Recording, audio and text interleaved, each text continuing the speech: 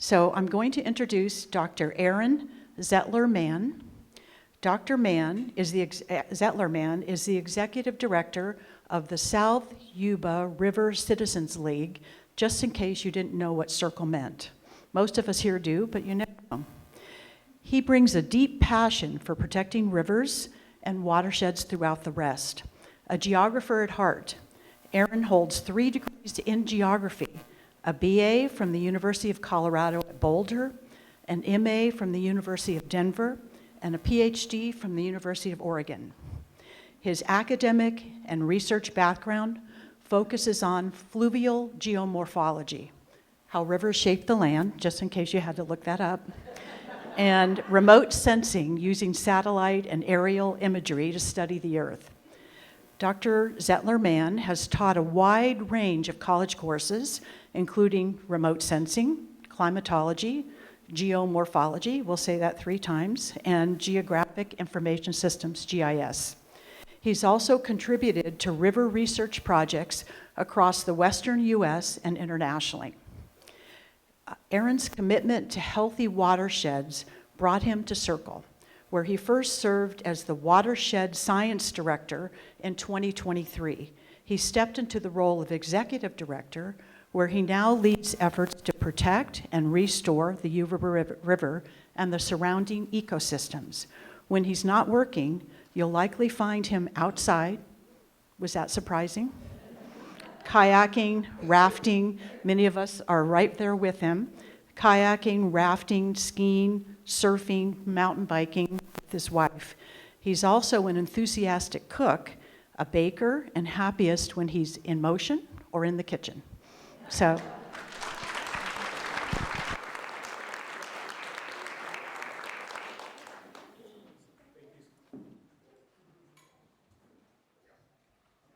thank you. There it is. All right. Thank you very much for that wonderful introduction. So I want to start out with just a very quick poll. How many people here have heard of SYRCL? Excellent. I love that. How many people have heard of the Wild and Scenic Film Festival? Wonderful. How many people here knew that those were the same organization? Perfect. How many people knew that SYRCL was also, or is also, the Yuba River Waterkeeper, part of the International Waterkeeper Alliance? Okay. How many of you that raised your hand all 3 times were actually just looking at the logo right there on the bottom? Okay.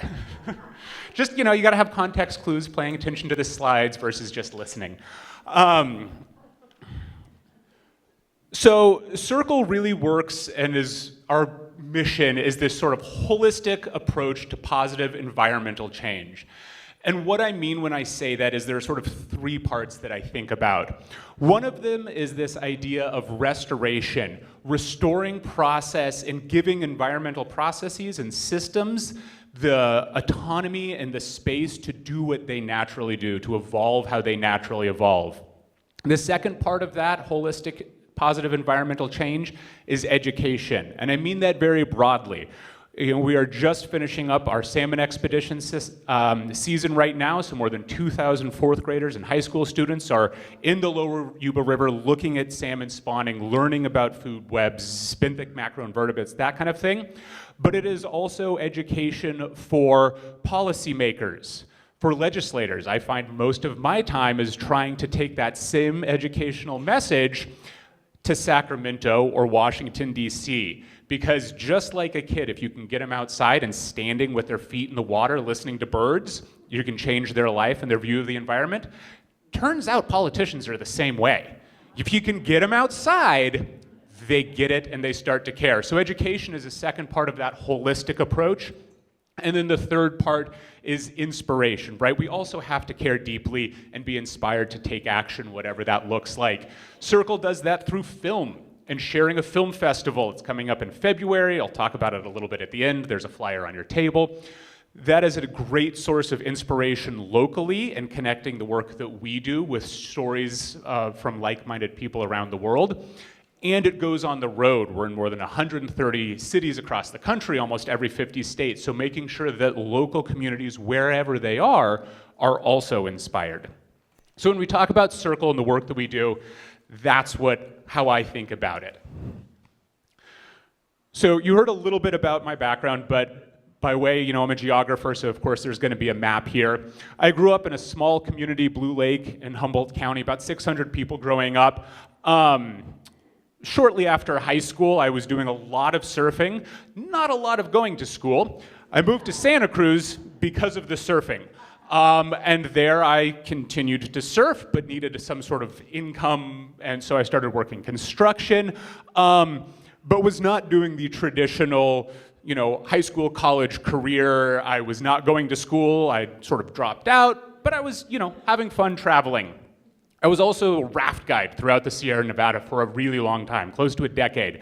I met my now wife as a raft guide, and so I continued to play, working ski patrol, construction, living out of the back of my truck. It was incredible. Highly recommended. Eventually, I found my way to Colorado, chasing my now wife, who was moving to Colorado to finish her master's degree. I got there and was like, maybe I'll go back to school, because it turns out being a raft guide is really hard on your body. When I was there, like so many of our stories, there was a teacher. And they showed me that I could take that kind of scientific upbringing that I'd had running around in the back, in the creek behind my house, and apply it to rivers in a way that wasn't guiding rafts. And all of a sudden, there was that light bulb. Oh, I can do science and be outside on rivers? Aha! Pretty quickly, I figured out school. I got to travel to Greenland and do research there, all over the western US. And that brought us back west to Eugene, where I started my PhD and my dissertation, or I started and finished a PhD, and then was working on a postdoc. And at that point, I'd gotten a bit disillusioned with academia. I loved teaching. I loved this kind of thing. But it wasn't a career, because place is so important to both of us. We'd want to live where we want to be, not where there's a job. Fortunately for us, a job opened up at SYRCL, managing the watershed science department. And so I could be outside, I could be affecting positive change, I could see results, and it got us back to that part of the world where we'd met, that we knew and we loved so much. And so that's kind of what brought me here today, there's that sort of journey. All right, so roadmap for what I'm going to talk about today. We're going to begin with some shared language and context. I'm going to talk really big picture. I've taught a lot of classes, and so I'm kind of taking my physical geography and my climate change class that are both semester-long courses, and we're going to try to do those in 20 minutes. So it's going to be fast, it's going to be high level. Then I'm going to talk about a little bit of recent human history, right? How the planet is set up, what are those processes? Then how did we sort of end up in this moment in history as it relates to sort of recent management decisions, current management decisions, those kinds of things. And then we're going to start talking about biome dynamics, right? Once we have this shared history, this shared context for this moment in time, we're going to start talking about how these different processes, really focusing on forests and water, relate. How do they connect to us and we connect to them? And then I'm going to try not to be too depressing, and so we're going to end with some resilience, things that we can do, things that we can think about, and how we kind of move forward. And with that, let's jump right in. So when we talk about big picture, there are kind of these three spheres that I think about, right? This is a mental model, a conceptual model. We know that all models are wrong, but some of them are useful, and I think this is one of those useful ones, right? There are three systems. We've got the hydrosphere, that's the watery bit, the atmosphere, that's the air bit, the lithosphere, that's the ground bit, and then the biosphere, that is all life. And all of life intersects with all three of those spheres. So we're going to dive right in, talking about the atmosphere. So a couple of things that are really, really important to know. One, as air moves up in space, it gets colder.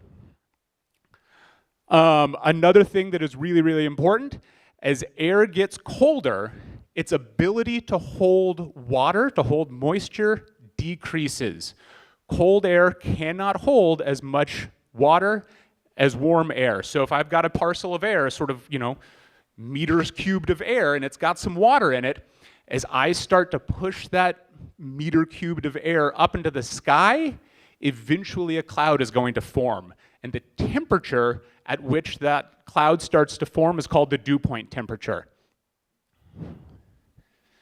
Let's see, make sure I'm not missing anything. High pressure means air is moving down, right? You can imagine air falling down vertically, creating high pressure. Low pressure is air rising, right? Now, rising air creates clouds. Eventually, that creates rain, which is why when you think about sort of weather predictions, and especially before we all had smartphones and complex computer models, they would just say if the barometer is falling, there's a storm a-coming, right? The air pressure is dropping. We know that means that the air is rising, which means it's more likely to cause clouds and eventually rain. The larger the air mass, so we started talking about our meter, but we can also talk about air masses the size of the entire continental US. The larger the air mass, the more the Coriolis force affects what it does and how it interacts with other air masses. And that kind of looks like this. So on the right there at 18,000 feet, those swirls are called Rossby waves.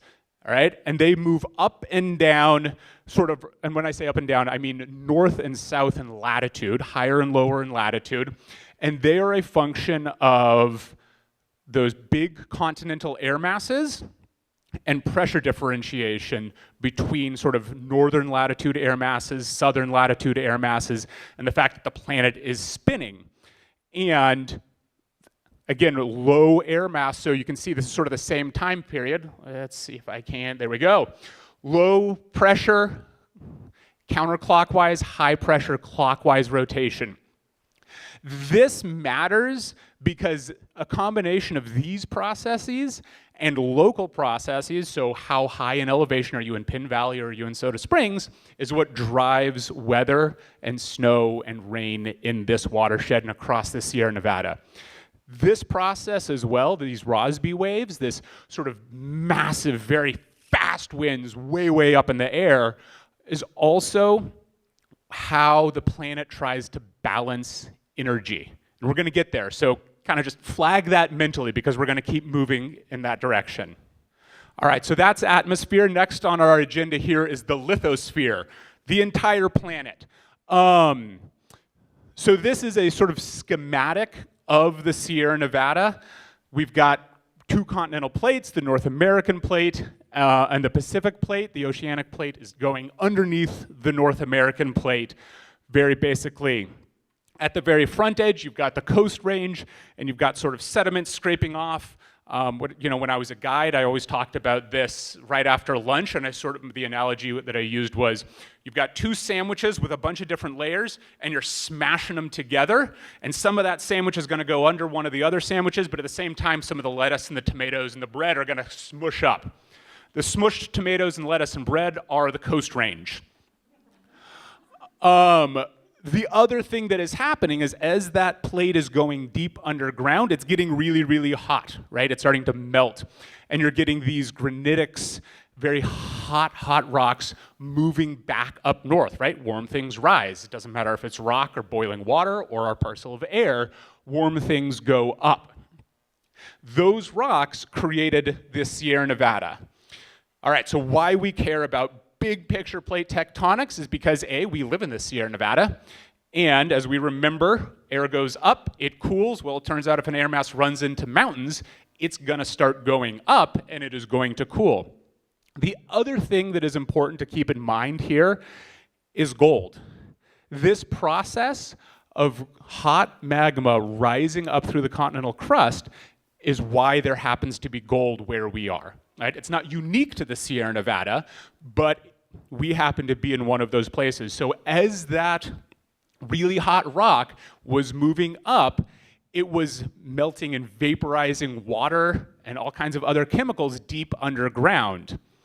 As they continued to come up in elevation, they cooled and the gold precipitated out. So just like if you've got salad dressing that you've been left in the refrigerator and it's in different layers, different things, different chemicals solidify at different temperatures, the gold and the quartz solidify out at the same time, which is why we see gold and quartz co-located.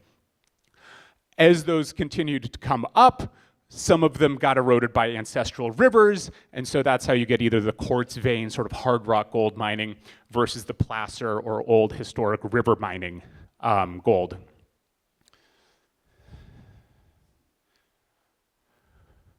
All right, on to water. So starting out, watershed, right? If we can define a watershed kind of anywhere, but if you pick a point, a watershed is everywhere, the whole area that if you put a water droplet or pour some water out, it'll flow to that point, right? It's a physically defined barrier. Here on the left, we're looking at the Yuba watershed. There's the North Yuba, the Middle, and the South Yuba. And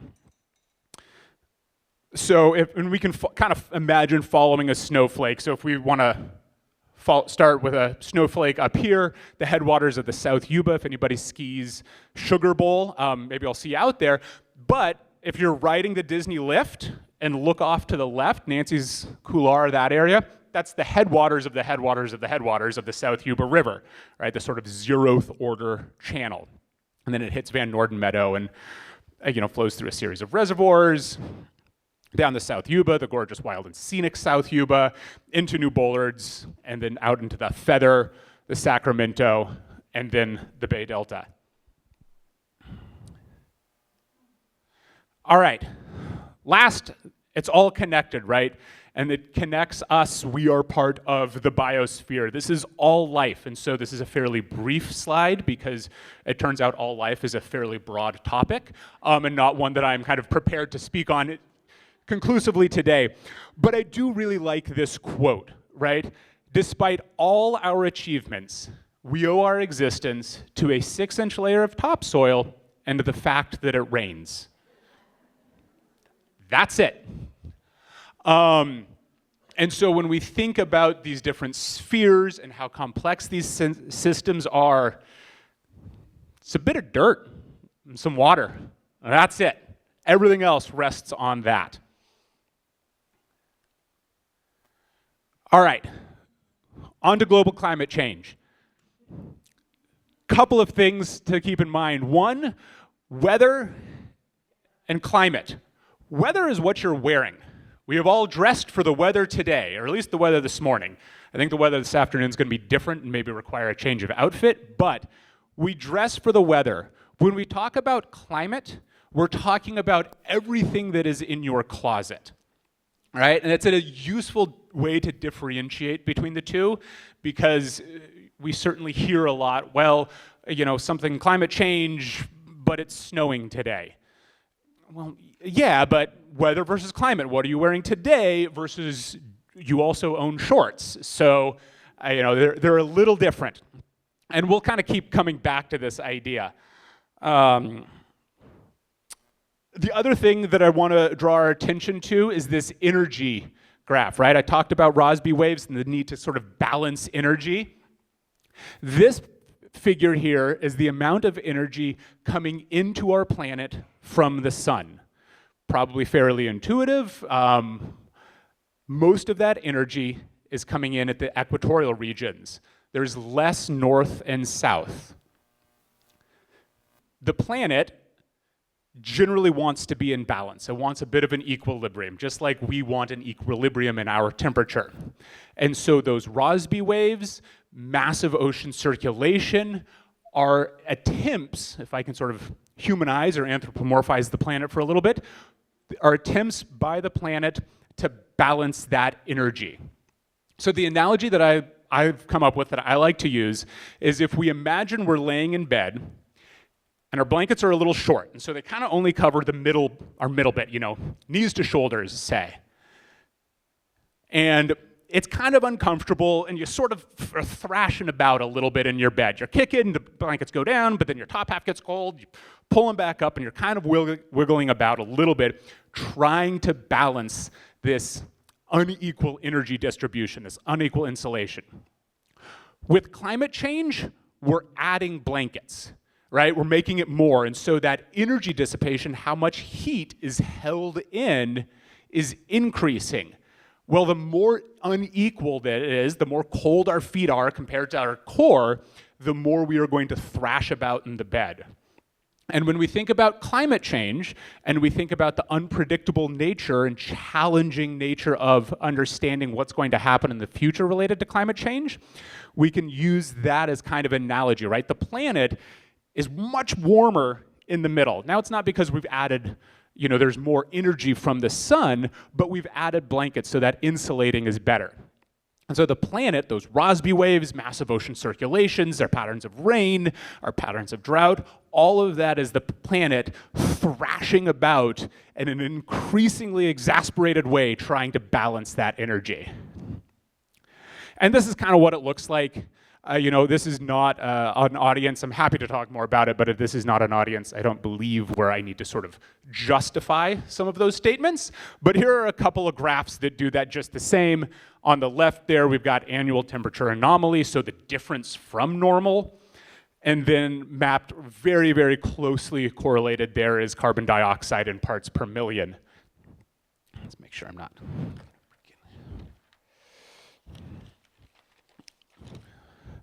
And here on the right there is atmospheric CO2 in Hawaii. Pre-industrial revolution, it was about 280 parts per million on the Earth, recently, right? That has fluctuated a fair bit. And we can see the sort of respiration, the breathing of the planet there. When CO2 is low, that's the spring and summer when vegetation is high. Plants are taking in that CO2. And then in the winter, it increases as plants stop using that CO2. So when we think about the carbon dioxide in parts per million today, it's a little north of 400 parts per million. We can see, that graph is fairly accurate. So 420, 430 parts per million. The last time carbon dioxide in the atmosphere was as high as it was today, it was about 3 to 5 million years ago during the Pliocene. At that period of time, temperatures were in the 3 to 5 degrees warmer than they are today range, which is hard to kind of get your, it's like, okay, well, what does that mean? Holding aside the fact that plate tectonics and the location of continents was slightly different, broadly speaking, the other thing that meant is that Colorado was beachfront property. Right? If you've been to Colorado, been out to the Front Range, been maybe to Red Rocks, and they talk about all the coastal geology, all the sandstones there with coastal patterns, that was Pliocene. And so when we think about where we are today in terms of climate, and the last time we saw that, it starts to help really illustrate that thrashing about of the planet. Another way to kind of look at it, right, is January 13th, 2013 versus 2014. Really different water years there. Same day, and that is getting at that idea of sort of stochastic, very big swings in temperature. More extremes, right? Drier dries and wetter wets. When the fire hose of wet air is pointed at us, we're going to get a lot of water. But when continental air masses are such that that hose is turned off for a season, there's no water coming. Other challenges with, we'll also start here. This is one of the things that is kind of this idea that I think is useful going forward as we think about climate, especially as we talk about water years. We refer to an average water year.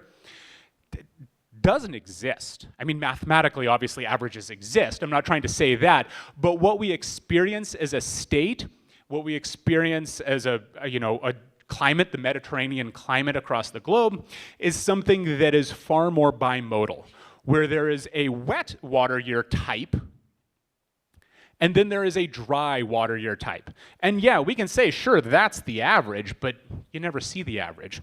And so as we think about water year types, it's more and more important to be able to sort of differentiate. Are we in the dry kind of mental model for what we're going to expect, or are we in a wet mental model for what we might expect in terms of water? We see water managers kind of do something like this. There are different schedule years for different water year types, but it's still all tied to this idea of average water year and average rainfall, which is just not mathematically really representative of what we see. Let's see. Couple other things to kind of think about here. One is we look about same date, really different hydrology. What is the biology going to be doing? How do plants and animals move? We can think about this kind of trend. We're coming off of 3 really wet years in a row, which is incredible. Hasn't happened since the early 90s. But we see changes in where species are. It's things like poison oak and rattlesnakes in Tahoe, right? All of a sudden, ticks, all of a sudden those species that can move easily are starting to move in places where they wouldn't. When we think about rivers, it's kind of fascinating. Some species are actually moving downstream that need water year round. Some species are moving upstream depending on the temperature and their temperature needs. And I think lastly,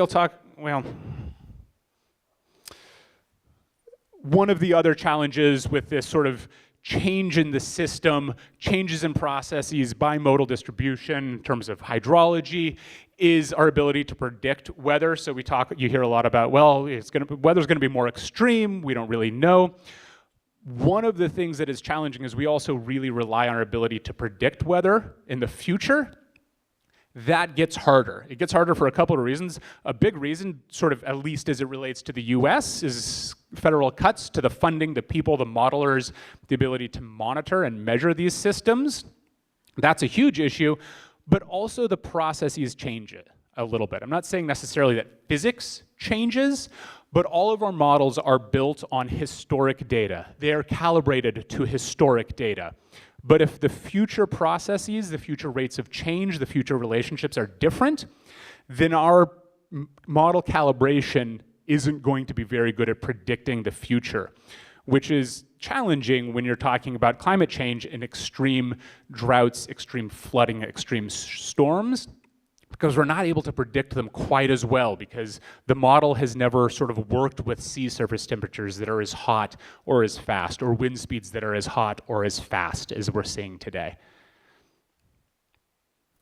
Okay, so geology, the entire planet and all, geoprocesses, and too long.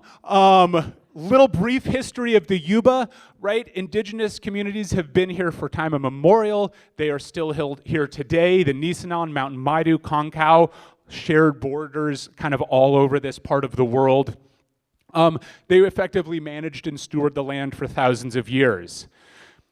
Slightly more recently, Anglo-Europeans showed up. 1825, give or take, the first fur trappers showed up, chasing beaver, killed them all. Extirpated beaver from the landscape. This is going to be a problem later. I'm sure it was a problem then, but it's a problem that we're addressing now. Shortly after that, gold was discovered in them thar hills. 1849, the Yuba watershed is where the process of hydraulic mining was invented. Lucky us.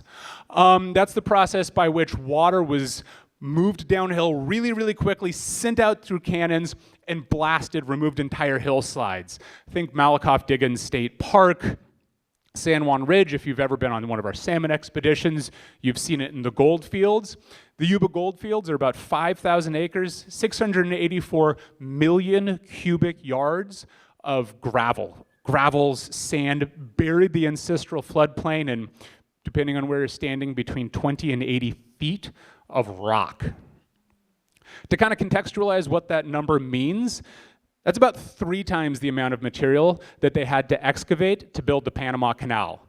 A lot of rock is down there. We're also still working on that problem. Probably will be for quite a while. And even more recently, there's this idea of fire suppression. So during the gold rush, clear-cut all the forests. They grew back, timber industry, clear-cut all the forests. They grew back, we decided, forest fires are pretty scary, no fire, right? And so this repeated process of clearing and then fire suppression means that we've got a lot of trees, they're all the same age, and they're really closely packed together.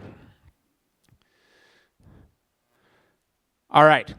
We're starting to get to the restoration part. We've kind of had some of this shared context, shared history, how we got to this moment where we are today.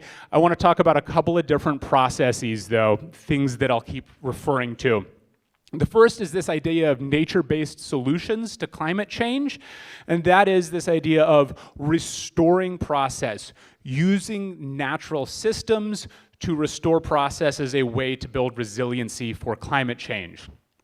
The other one is process-based restoration. So instead of trying to say, I know what this meadow used to look like, or I know exactly what that floodplain used to look like, and I'm gonna fix it. I'm gonna put it back to where it was.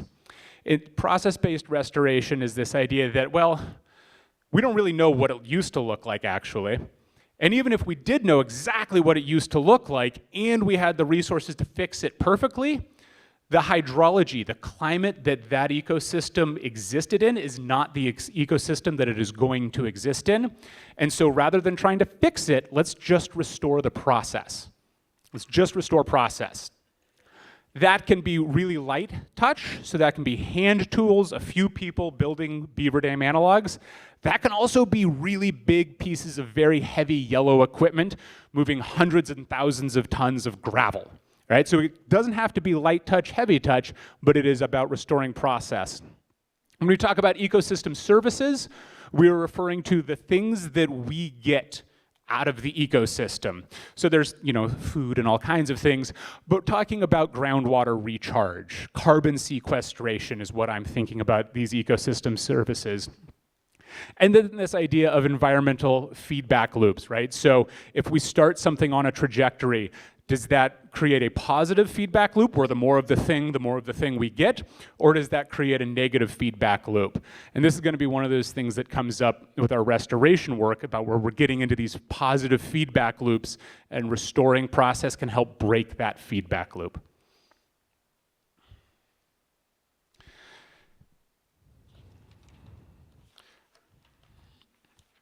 All right, forest health.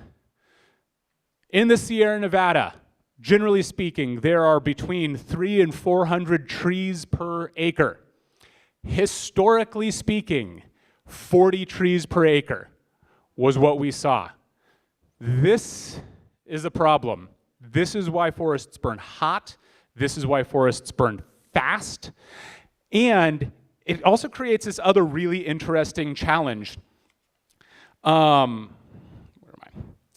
Yeah, we talked a little bit about the unsustainable timber industry, history of clear cutting, same stand, and that fire suppression led to a lot of ladder fuel. So these are things that are burning on the ground, but have short branches, leaves going all the way up so that fire can move from the ground, where historically it would burn and most trees would survive, up into the crowns of the trees and create these stand clearing forests fires that we've seen so frequently north of us in the Feather and south of us in the American watershed. So big problem.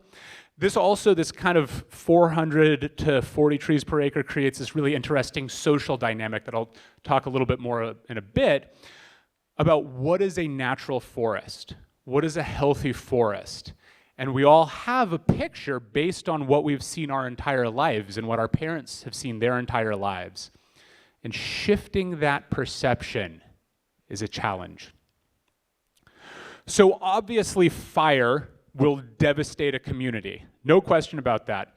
I've got a close friend who's the head of the Forest Service on the Willamette National Forest. Fighting a fire is expensive and hard, but it's not the most expensive or the hardest. It's what comes after, in the days, weeks, months, and years later, that is the real challenge. So when we have a hot fire, one of the things that happens is the soils become hydrophobic.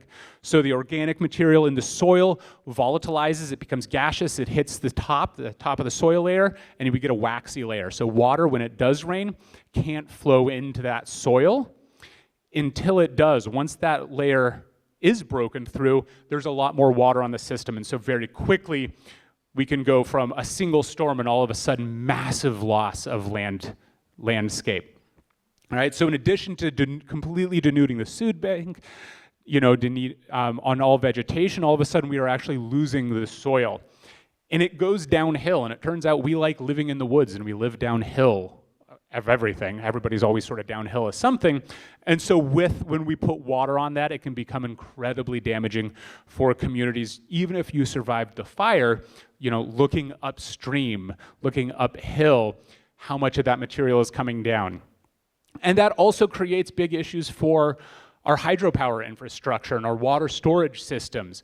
SYRCL works really closely in the North Yuba especially, in working on getting those relationships with Nevada Irrigation District around trying to protect water infrastructure, because not only does this stuff move downstream, will this sediment move downstream, will that erosion move downstream, but it's gonna run into the reservoirs and dams, and it will fill them up so there's less water storage there.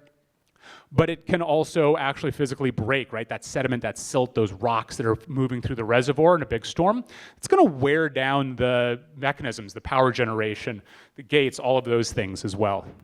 So we have a lot of tools, a lot of ways that we can kind of approach this problem. And I'm a big believer in the idea of the toolbox. There's lots of tools. Not every tool is appropriate for every situation and every repair, but we need to be aware of and comfortable with using all of our tools.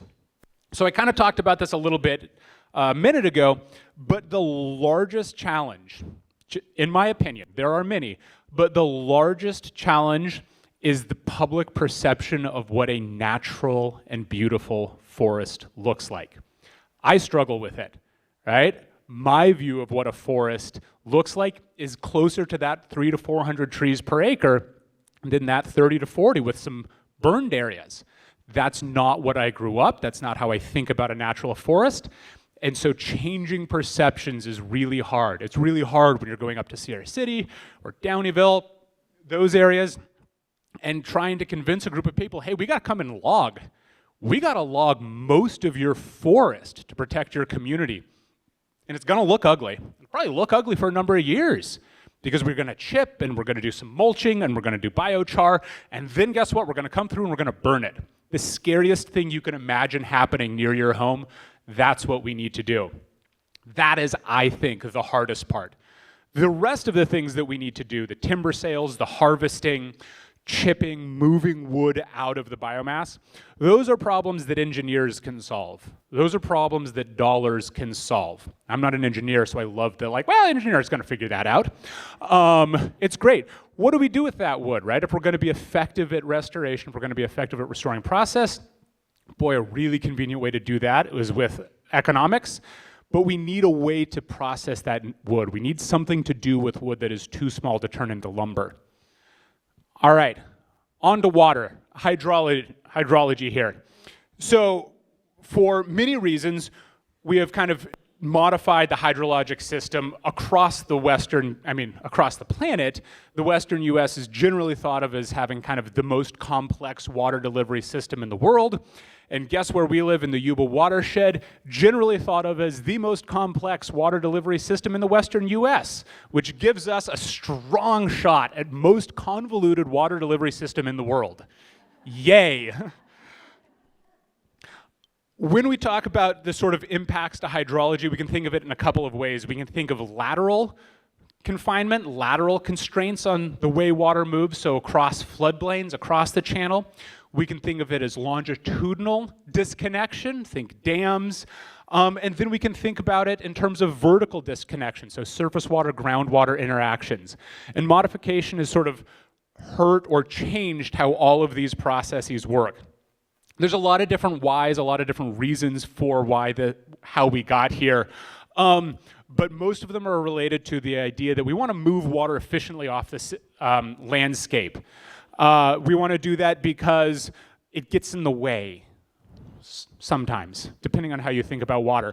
Turns out floodplains, really, really fertile for agriculture. Great growing in floodplains. It's been that way since civilization began. It's also really easy to build. They're already flat.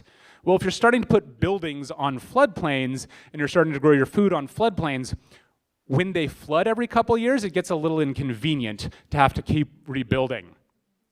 So the Army Corps of Engineers, in their infinite wisdom, started channelizing. Get that water moving fast. Let's straighten those channels. Let's have water move fast so it gets out of the way, gets off the system. Well, that creates a couple of problems. One, those floodplains aren't getting cycled with nutrients nearly as often, so we got to start applying fertilizer. And it turns out that there's a bit of a false sense of security there because we can do a decent job of engineering, but nature's always going to win. And so when it does flood, we've put stuff in the way. And all of a sudden it gets much worse and that flooding happens and it's far more devastating. The other thing that we started doing is we started building dams. That's not unique to us. Dams have been built for a long, long time. But it does two things. One, if we look at this sort of natural hydrograph, right, we've got these big peaks of storms, a lot of water moving downriver. Building dams kind of lops the top of those storms off, and it stores that water so that it can be used later in the growing season. Again, I love produce, big salad eater. This isn't necessarily evil, but it has changed the hydrology and it has changed how those systems work in a way that has pretty big environmental impacts. The other thing that does is it offers flood control, right? All of a sudden, this water isn't flowing downstream, it's trapped behind a reservoir. The challenging part is that often the flood control benefits are a little overbuilt compared to what we actually experience. So by way of example, New Bullards Bar in the North Yuba, biggest flood control structure in the watershed. That is one of the main reasons why it was built. It was that and hydropower. New Bullards Bar has a flood control capacity of 160,000 acre feet of water. The annual discharge of the Yuba watershed is about 2.3 million acre feet of water. So our biggest flood control structure in the watershed can maybe store about 7%. But it has given us the security and the comfort to do a lot of development. And they've built levees and done a lot of great things down there to help further mitigate for that. That's why we don't have dams on the South Yuba. But again, when we think about that flood control benefit, it's important to sort of recognize how it interacts with the actual amount and volumes of water. Yeah, so these disconnected floodplains, really fertile, but they channelize water. So water starts getting fast, it starts flowing quickly, which means it starts eroding. And that happens in rivers and it happens in meadows as well. So when we want to fix that system, what do we need to do? We need to slow water down and we want to spread water out. Slow it down, spread it out. That holds for a meadow where we're building beaver dam analogs. To slow water down, spread it out, reconnect that vertical surface water groundwater system. Happens just the same in the lower Yuba when we're moving. This is the lower Longbar restoration project. We moved about 380,000 yards of gravel for this project so that we could slow water down and we could spread water out.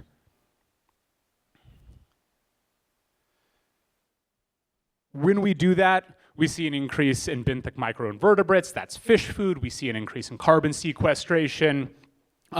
Butterflies, birds, all life kind of likes slow water and water that is spread out. All right, the biology, right? Forests are the biome, hydrology is the system, but in essence, what we are working for is to preserve life. Wildlife exists in altered landscapes and it is moving and adapting based on these landscapes. Certain species, our salmon, raptors, bees, are these keystone species whose health and abundance tells us about the health and vitality of the environmental systems that we're working on. So we're going to follow a raindrop really quickly, right? I've talked about forests, I've talked about water a little bit, now we're going to start linking these things together. We're going to start by following a landscape on our sort of disrupted landscape, kind of the pre-project model, if you will. So it's snowing in the Sierra Buttes, it's a spring storm, so it's a little warmer, right, because of climate change than we might expect, and there's a lot of water. Our water droplet is going to land, and it's going to quickly follow off, and it's going to grab a whole bunch of its snow buddies to come with it.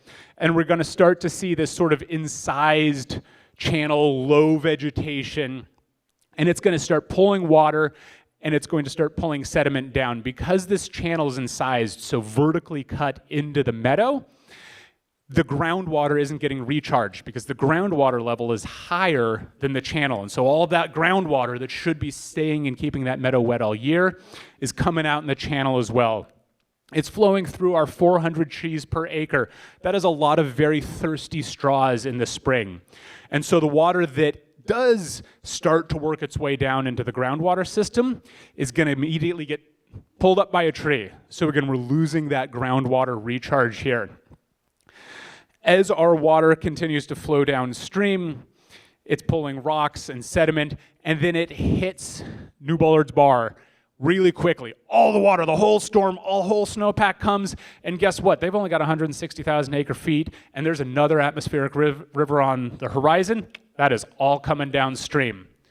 And it's all flowing downstream, and all of a sudden we're really relying on that levee system in Yuba City, Marysville, that area, because they actually can't hold that water.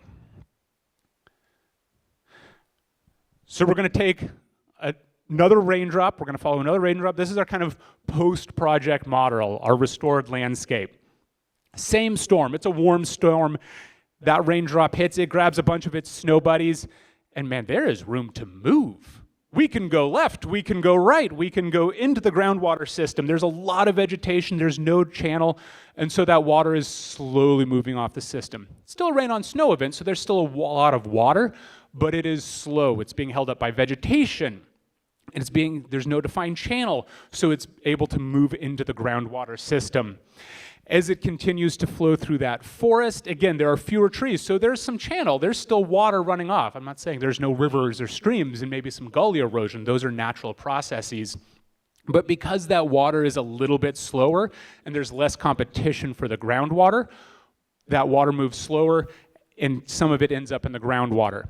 As it runs, because it is moving slowly, as it runs and it hits our water system, the dam operators are also able to modulate a little bit more accurately because it's not such a reactive process. Oh, there's too much water, we gotta let it go.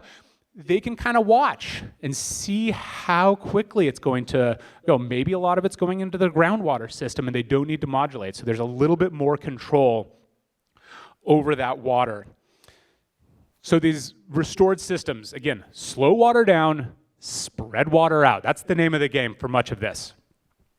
So when we think about the relationship between forests and faucets, right, it's this idea that the state's water comes from the Sierra Nevada. That's not really an exaggeration. The entire state rests on our water. So forests and the health of our forests is key to the health of the state and our ability to have water in our taps. Forest Service also gets this. They do big reports. This is the Importance to Surface Water Drinking Index, very creatively named, and it's based on how reliant we are on we as a society, we as a state, how reliant we are on surface water, how much population is reliant on that surface water from that location, and what kinds of uses there are, right? Is it just golf courses or is it food? Guess where we are? In the dark blue, the most important, right in the middle there, part of this whole sort of northern Sierra area. So the Forest Service gets this. That's why they are so interested in the North Yuba project. That's why we SYRCL are working on things in the middle and the south, right? The Forest Service gets this. It's why our Forest Service didn't get shut down. They've been working. We've been working on this because they get it. But there are also threats to our forest, right? And like so many maps that you look at like this, the red is the bad. We think about it in two different ways, right? There is the risk of fire. That shouldn't be too much of a surprise for people in this room. And there is the threat of tree mortality. Again, probably not too much of a surprise.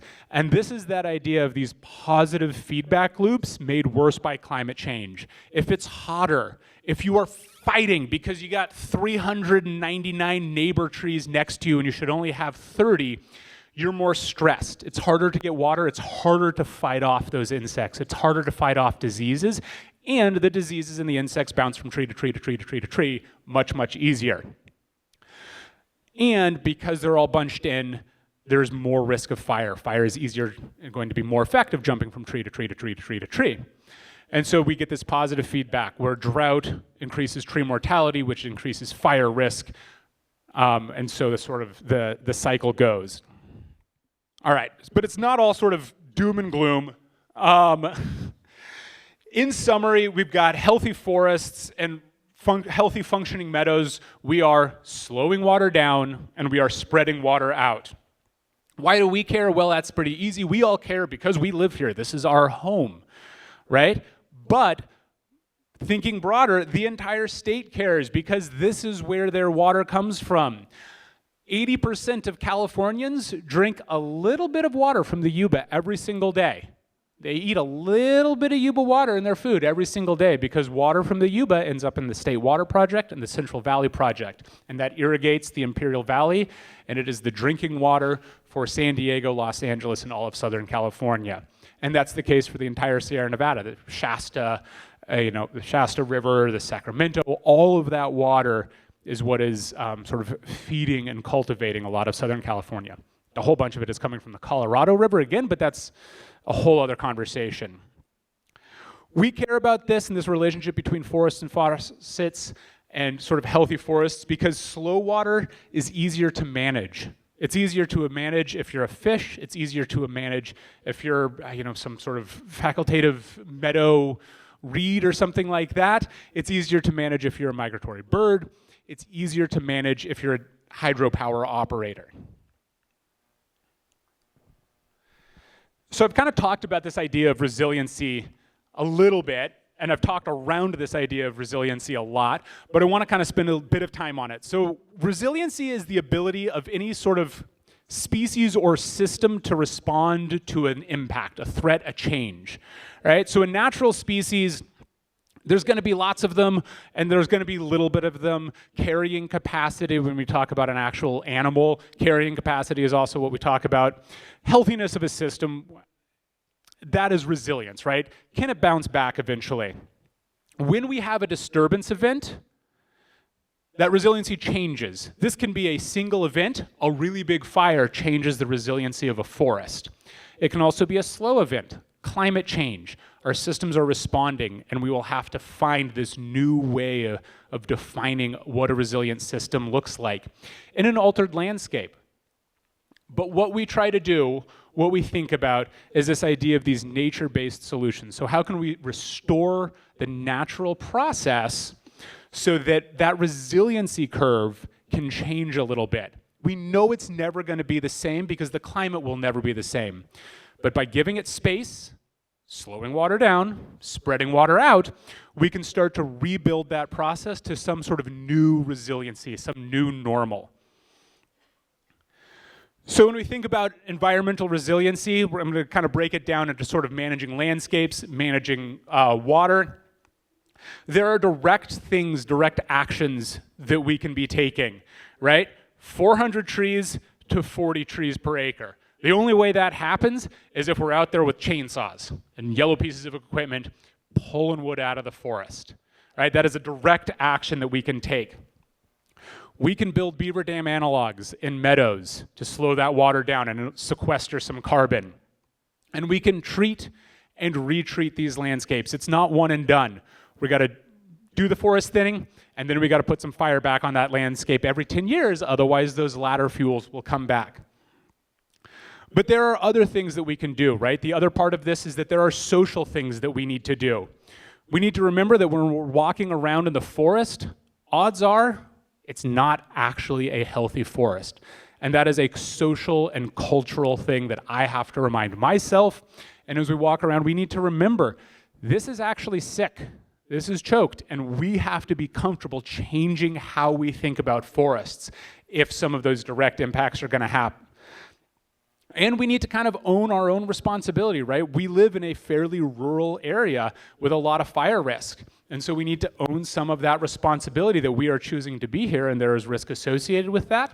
And especially if we have the means and are able, being really intentional about that wildland-urban interface and doing what we can to make sure that when fire comes on our property, we are as well suited to sort of have it be a less significant, less intense fire, and create a place for where it could be fought by wildland firefighters.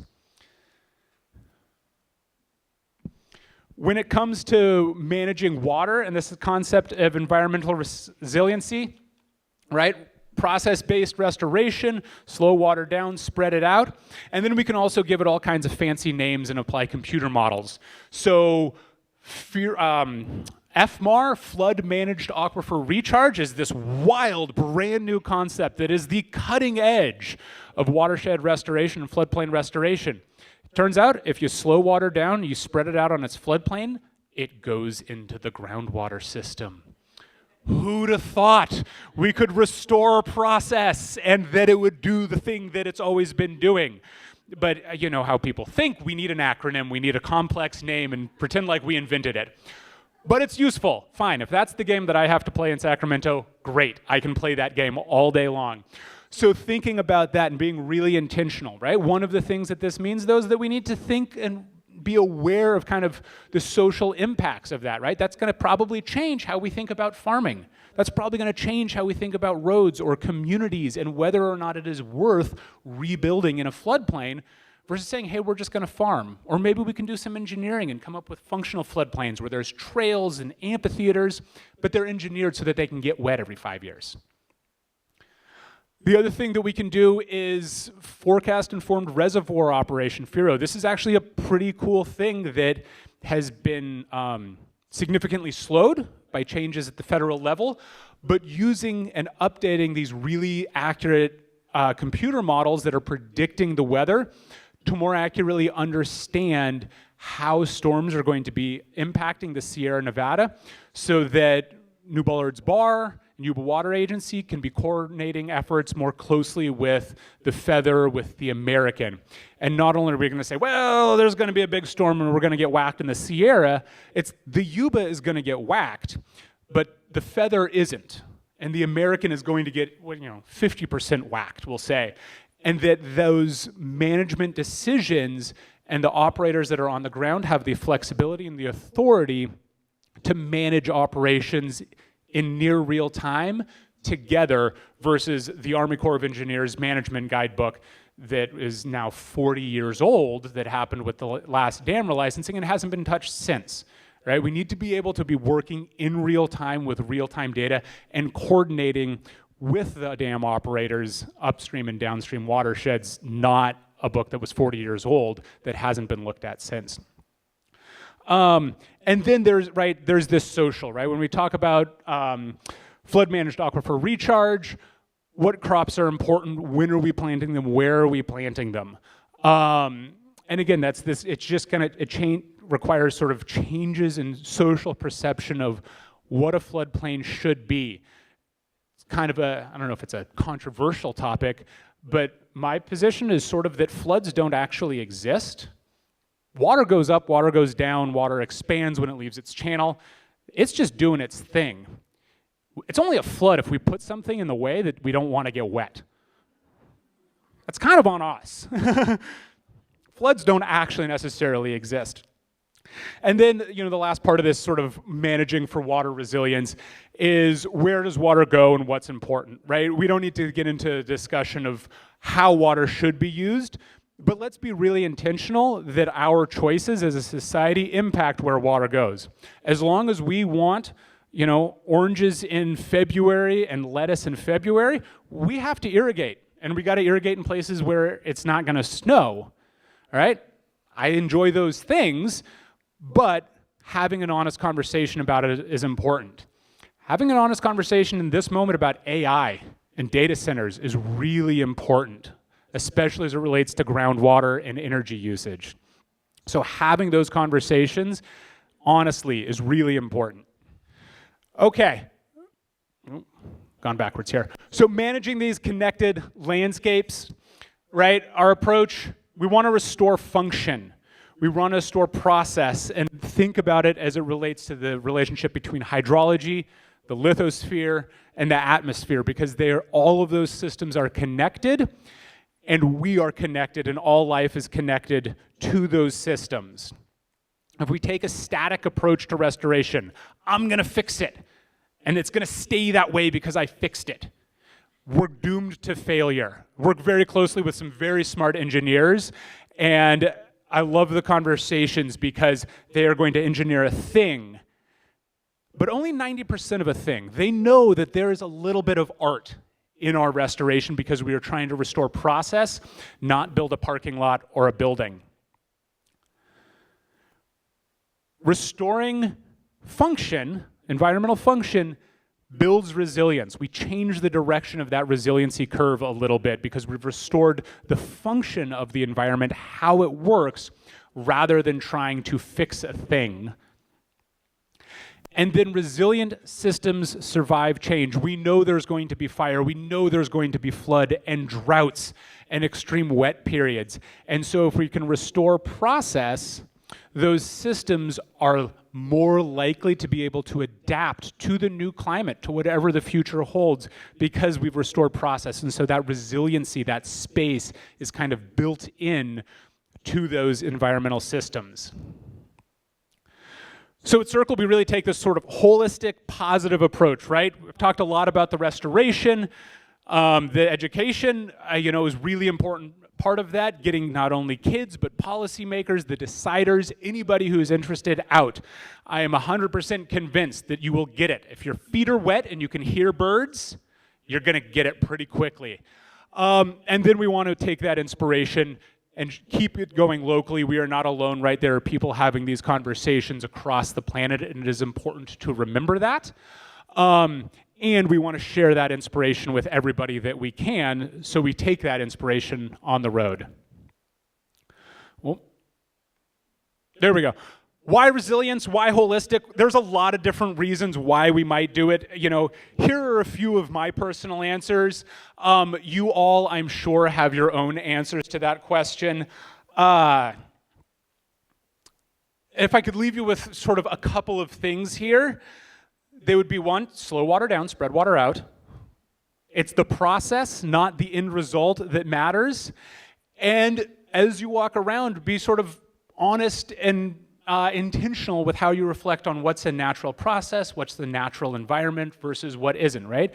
We don't have to change everything. We're not going to solve the world walking around. But just having that awareness and then sharing that awareness is really important, because I think that the hardest changes that we are going to have to make are not the engineering changes. It's not moving dirt. It's changing how we think about our relationship with the place, with the environment, with the planet, and how the relationship needs to kind of change in our position in that. And with that, I will leave you one quick plug. Wild and Scenic Film Festival is coming up. If you need more inspiration, February 19th through 23rd, you've got a couple of things on the tables. One, there's a flyer for the Wild and Scenic Film Festival. If you're already familiar with it, write the address of somebody that you think should join us and drop it in the mail. It'll show up at their house. And then the other piece of paper is volunteering. We just launched volunteers, 4 days ago, on the 11th, I think, and it's like half full. More than half of our volunteer positions are already taken. So if you're interested in volunteering, it's a great way to, see the films for free, but you also meet people, you get engaged, you get a little behind the scenes look, and it's a great way to kind of help build community and understanding. So with that plug done, thank you all so much.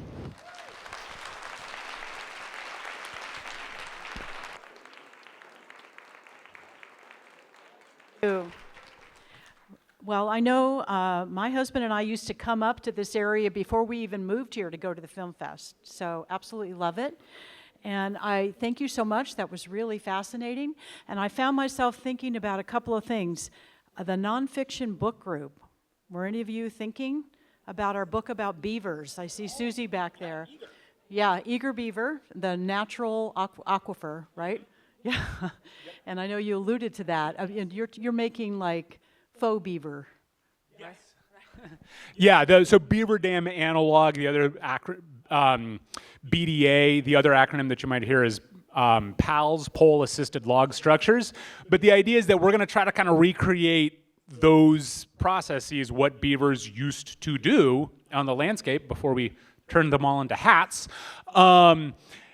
because that helps restore process. And then when we're really lucky, the beavers show up because we've done the work. They're way better at it, so usually they take what we've done and they kind of tear it apart and put it back together in a better way. But we gave them the inch. We gave them what they need to kind of get a foothold. Yeah, and for those of you that read that book, there were crazy stories about how they tried to reintroduce beavers, so it was really something. And the other thing I'm thinking about as a relationship to us is that we have a great decisions discussion group, and one of our chapters this season was on AI and the impact of AI. So in just a minute, we're going to start the Q&A section, and I told Aaron that we love to do questions, and so I know we'll have lots of them here. But I wanted to start with the first one. So you alluded to a concern about AI in terms of forecasting or whatever, and I thought, you know, as we get ready for questions, Bub's got the mic. So I'll call on you in just a minute, and she'll be a mic runner. You can start with that question. Yeah. So AI, let's see if I can, oh, there it is. I just read this recently, and it did a good job for me of explaining what AI is. AI is a thneed. As Dr. Seuss teaches us, a thneed is a find something that all people need. It can be a hat, it was a scarf, it was a toaster, it was everything to everybody. But it was nothing. And it destroyed the forests and the environment that the Lorax cared about so deeply, that everybody cared about. And so when I think about AI, that's kind of where it sits, where it lodges in my brain. I'm not saying it is not without benefit. There are things that will be useful from it. But is it everything? I don't think so. And most importantly, right now in this moment, we don't know what it's doing. You know, the Lorax could see what it took to make a thneed. We don't know what it takes to make some goofy AI image of myself as a Muppet. I don't know what that costs. You know, I don't know what it costs to have AI, you know, whatever, write my Christmas list for me. That's a weird example. Write something for me or edit a document, right? I know it costs something. It is useful, right? We do a lot of work with the Federal Energy Regulatory Coalition, water agencies. All the water agency consultants love doing their document dump and their comment period right before the holidays. I've got probably 2,000 pages of documents, technical documents, to work through over the holidays with a 30-day comment period. I'm going to use AI to help me figure out what parts of those documents I need to read, because I don't have time to read that much and absorb it. So I can use it to help me. But I know there's an environmental cost to that. And so again, it's not about it's everything or it's nothing. It's not a black and white. But making sure that if we're going to use the tool, we know what it's going to cost, and we have to know what it's going to cost. And that has to be a legislative thing. Data centers have to be honest about the energy and the water that they're using. Okay, fantastic. So I'm going to open it up to questions. All right, right here. We've got Susan, and then I had someone over here. Okay, Susan, and then Mary Lee. Right here to Susan. You might have to help up and wave your hand after I call on you. How do I do this? Just hold it up like this. Oh, okay. We got you. With all the building going on in California, we're getting more and more population all the time. I'm just worried about the amount of land in our state now that's getting covered over with asphalt and buildings and so on. Does that have much of a change on the water flow and everything? So the question was about hydrology and pavement. I'm going to call them impervious surfaces. Surfaces that water doesn't flow down into. So the question was about hydrology and impervious surfaces in construction and building. Yeah, that's a big part of that water moving fast off the system. So as it's running off pavement, it's running really quickly. When it hits something that it can erode, there's going to be erosion, right? We see that a lot, and a lot of my PhD work was around how things like bridge abutments and road surfaces alter habitat. So there is certainly a big impact there. Not only is it geomorphic, but impervious surfaces have tires on them. There's chemicals, there's engine oil, things like that, and so it is this gathering place, this collection of chemicals that are also bad for the environment. And it creates this problem, but if we work hard, think hard, there can also be solutions to that, right? We also all live in homes.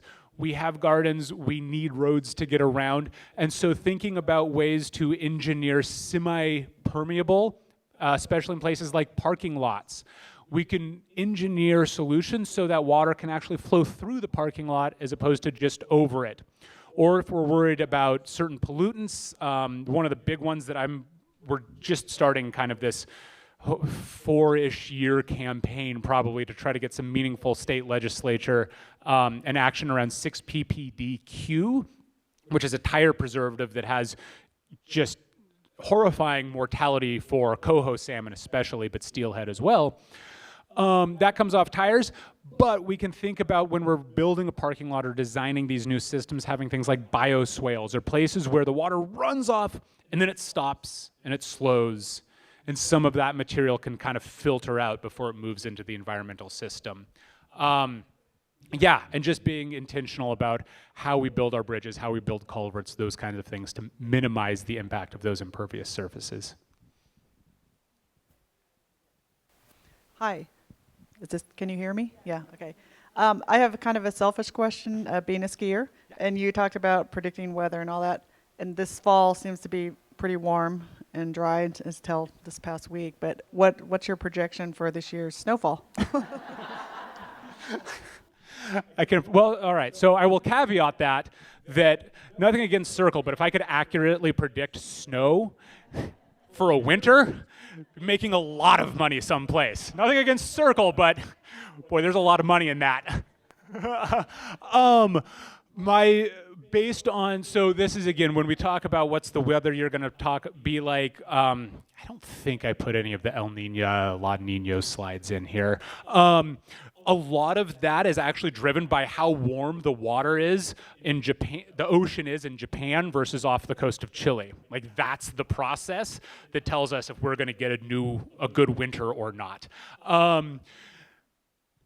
My guess, based on everything that I've seen, probably average in terms of snow water equivalent, but warm. So, I mean, I'm still skiing, I'm still looking forward to it. I'm not expecting a lot of really nice blower pow days. Yeah, probably not as good as the last 3 years. What role do you think commercial logging can play specifically in our area on the Tahoe in restoring forest health? The work can't get done without some level of that kind of logging. It's not going to be the logging that we remember. It's not going to be I grew up in Humboldt. I have very clear memories of like the spotted owl debate, going to the lumber yard with my dad and that conflict. It's not going to be that logging. But yeah, I mean, if I need to pull 350 trees per acre off of the landscape, I need people that can run a chainsaw. That's the only way that happens. The challenge, because that industry can come back, right? We can rebuild mills. There are a number of small sort of dispersed mills. Camptonville Community Center is working on it. There are a number of different ways to pull that wood off. And this is where I lean on my abstract engineer that actually solves all of my problems. What are we going to do with it? Because we can't burn it, right? That just creates the same issue. Forest fires are huge contributors to carbon, and greenhouse gases. So we can't just burn it. We can do a little bit with biochar. That's great for the soil. But we need other things. We need structural material that we can put that wood into, right? There are certain plywoods. There are a number of solutions and labs, universities that are figuring this out. But we need that solution because if we want it to get anywhere close to at best breaking even in terms of cost, we got to be able to sell it too. And we got to be able to sell it in a way that's not doing damage, right? It's real easy to chip a bunch of wood, chuck it in some epoxy and call it a 2x4. That works. But what's the environmental cost of that epoxy? Do building regulations let you do that? And so there are a lot of these more cultural and research questions. But yeah, you know, it's kind of funny to be an environmentalist and be like, yay, timber industry. You don't hear that a lot. Aaron, I've heard of something that happens hundreds of years apart, but we're due for it, a huge, huge winter of rain. Do you know what I'm talking about? I mean, a deluge of rain. And historically, we're kind of due.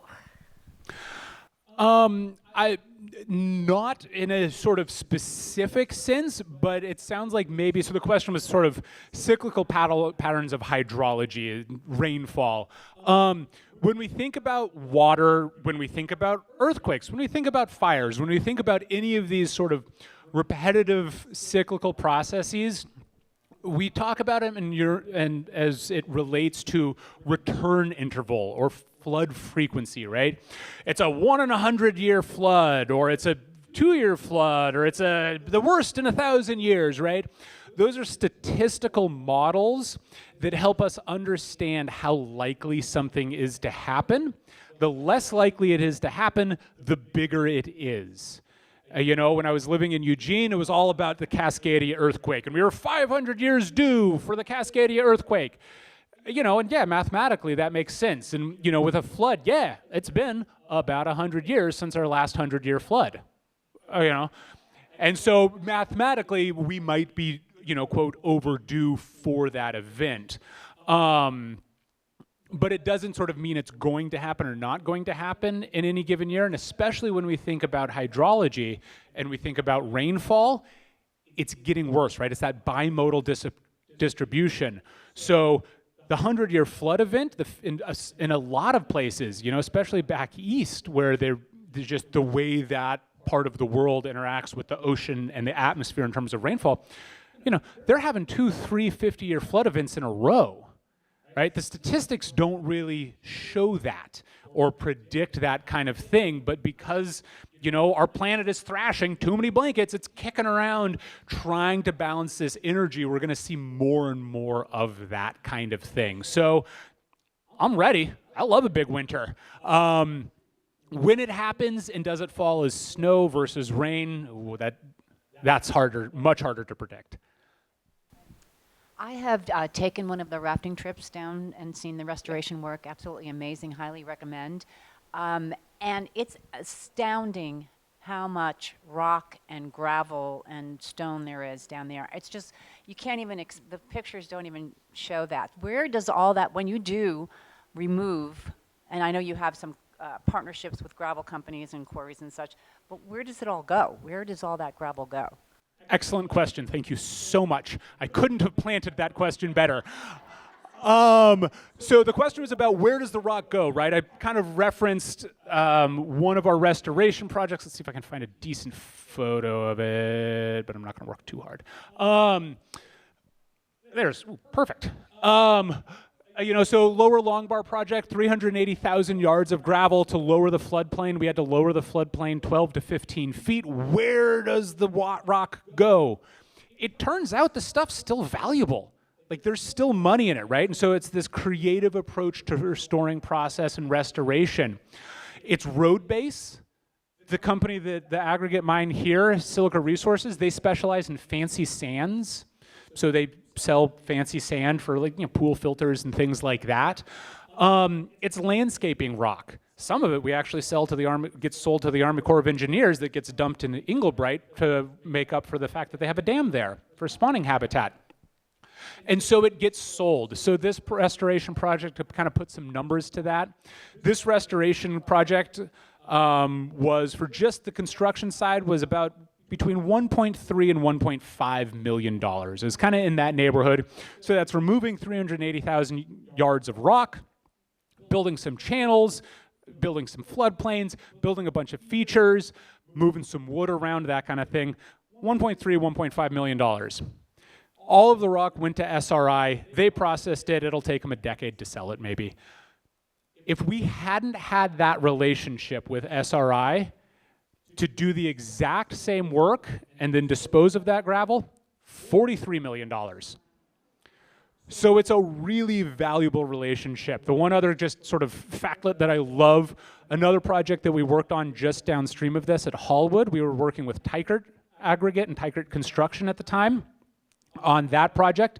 They also had the contract to rebuild Highway 20 at the time.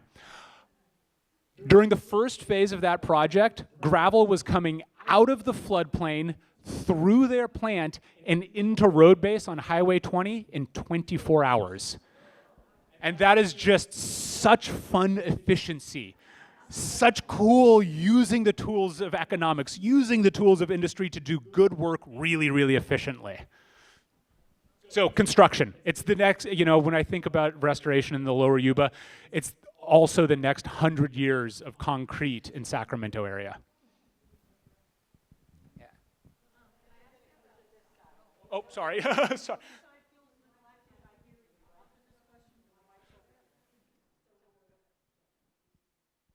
Can you hear me okay? First, I want to say it's an excellent presentation you're doing.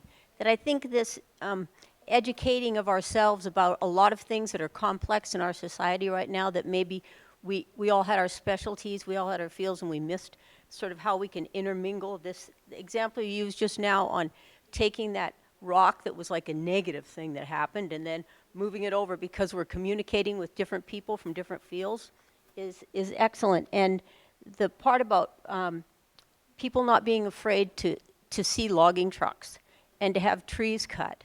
You know, a lot of people forget that that's where paper comes from and how we build our houses.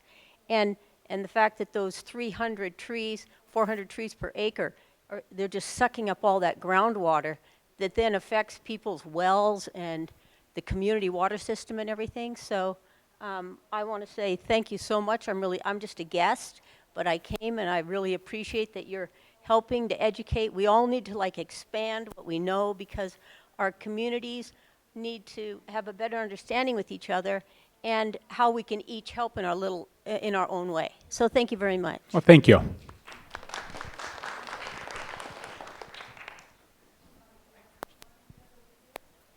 Paula, can I go to Jim Bear first? Sure, go ahead.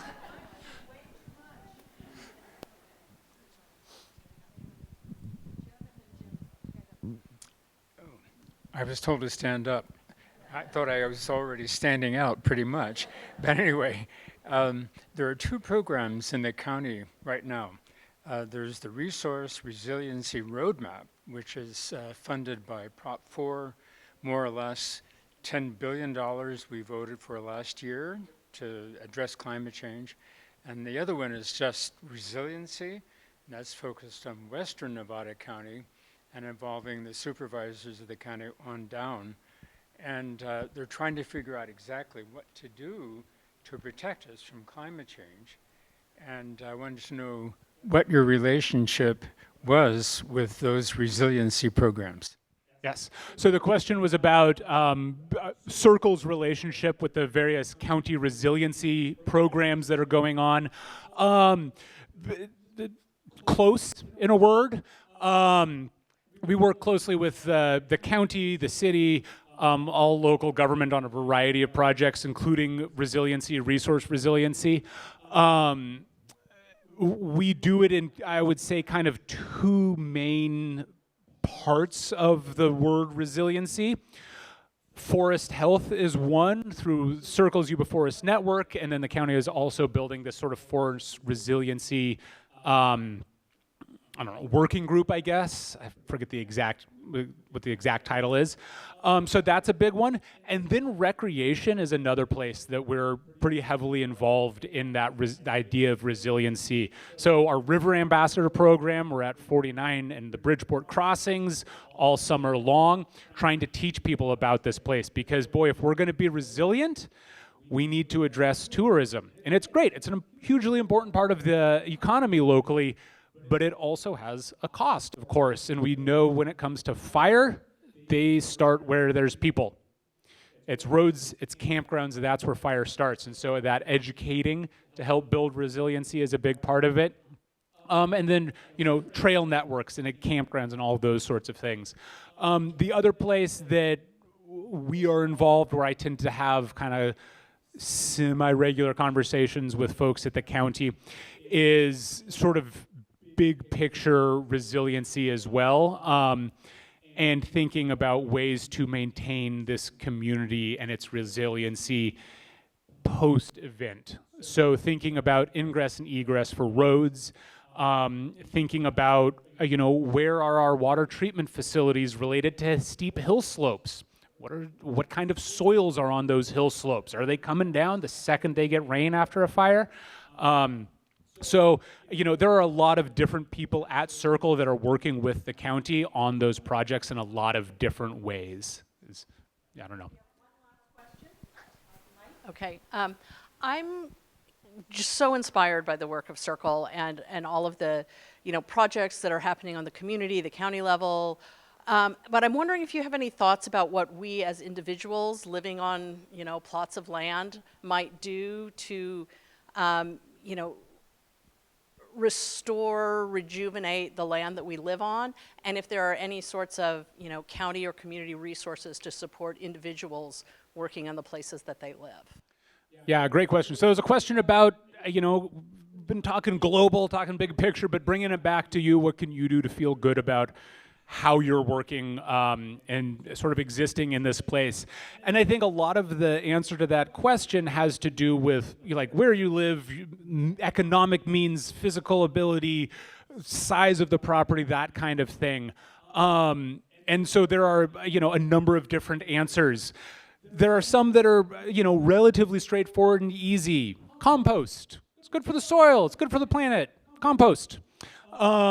If you've got property, boy, find a way to think about how to have some home hardening, right? Go to the CAL FIRE symposiums, go to the website, whatever. Recognizing that there's a little bit of pot calling the kettle black here, because I'm not great at it. I know the material, but I still got vegetation too close to the house. Still got wood fences too close to the house, and we know those are issues.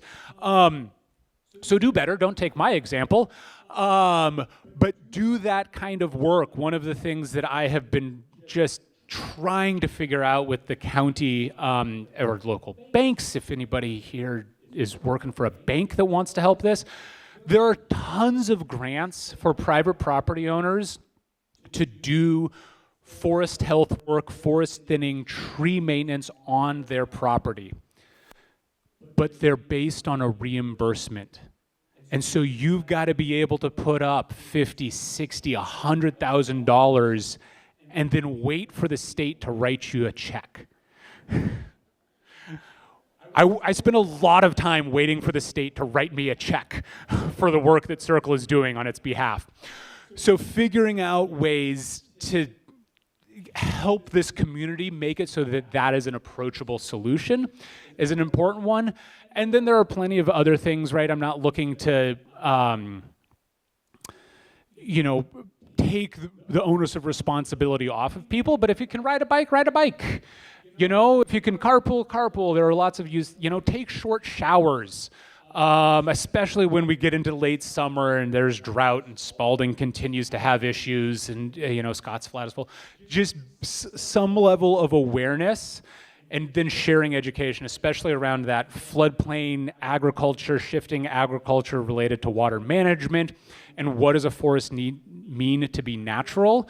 I think those conversations are really important. If I'm in a meeting in Downeyville and somebody was like, oh yeah, 400 to 40 trees, that's brilliant. Jennifer was telling me about that. I'm gonna be so excited because our lives got a little bit easier in terms of making that work happen. Thank you. All right.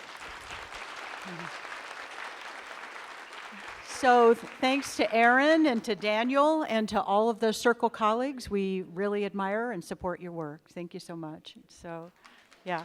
Now, we have the clicker.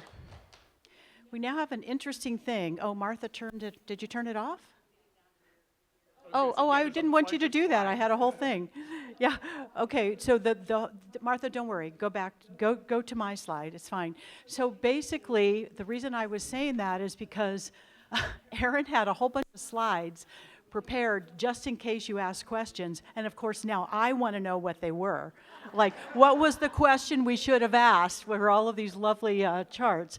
So I think when the PowerPoint it goes up on the video, you'll see those, and I know that Martha and I clicked through one of them, and it was just fascinating. It showed the world warming over a couple hundred years, and it was really interesting. So check out the rest of the slides. So.